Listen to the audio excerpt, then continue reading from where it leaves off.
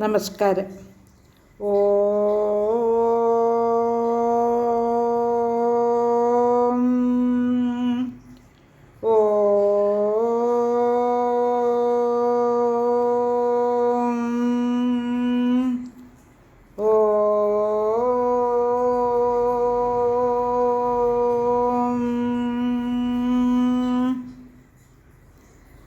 സർവമംഗളമംഗല്യേ ശിവേ സർവാർത്ഥസാധികേ ശരണ്യേ ത്രയംബകേ ഗൗരി നാരായണി നമോസ്തുതേ.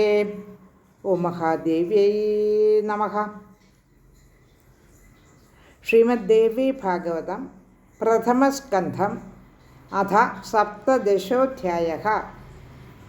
ഇപ്പോൾ അച്ഛൻ്റെ ആജ്ഞ അനുസരിച്ച് ശുകൻ മിഥിലയിലേക്ക് പോകാൻ ഒരുങ്ങുകയാണ്.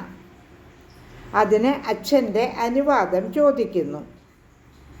കൈ കൂപ്പിക്കൊണ്ട് അവിടുന്ന് പറഞ്ഞത് ശരിയാണ്, ഞാൻ വിദേഹ ജനതയെ കാണാൻ പോകുന്നു എന്ന് പറയുന്നു. എങ്ങനെയാണ് അദ്ദേഹം ശിക്ഷ കൂടാതെ രാജ്യം ഭരിക്കുന്നത് എന്ന് മനസ്സിലാക്കണമെന്നും ശുകൻ അച്ഛനോട് പറയുന്നു. ശിക്ഷയിലുള്ള ഭയമാണല്ലോ ധർമ്മം അനുസരിക്കാൻ കാരണം. അപ്പോൾ ശിക്ഷ നൽകാതെ എങ്ങനെയാണ് അദ്ദേഹം രാജ്യം ഭരിക്കുന്നത്? ഇങ്ങനെയൊക്കെയുള്ളൊരു സംശയം ശുകന് തോന്നുന്നു. വ്യാസൻ പുത്രനെ ദൃഢമായി ആലിംഗനം ചെയ്തുകൊണ്ട് സംശയങ്ങൾക്ക് ഉത്തരം പറയുന്നു. അടുത്ത ശ്ലോകം തുടങ്ങി വായിക്കാം. ശ്ലോകം 7. വ്യാസ ഉവാച. ശ്ലോകം 7. സ്വസ്യസ്തു ശുകദീർഘായുർഭവ പുത്രമഹാമതേ സത്യാം വാചം പ്രദത്വാ മേ ഗച്ഛ താത യഥാ സുഖം. മകനെ ശുക, നിനക്ക് മംഗളം ഭവിക്കട്ടെ.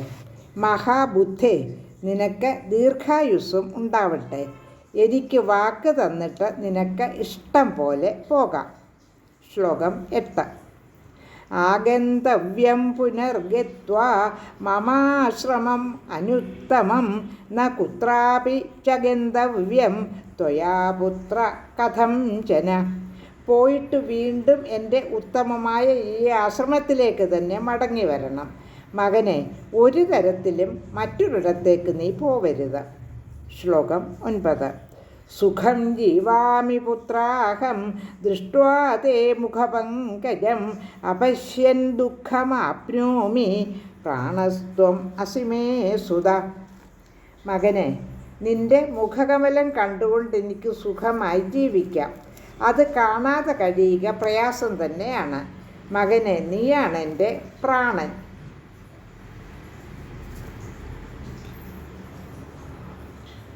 ശ്ലോകം 10.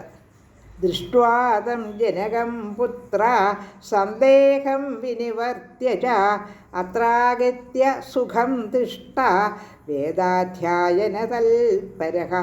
മകനെ, ജനക മഹാരാജാവിനെ കണ്ട സംശയനിവൃത്തി വരുത്തിയ ശേഷം ഇവിടെ വന്ന് വേദാധ്യയനത്തിൽ മുഴുകി സുഖമായി ജീവിക്കുക.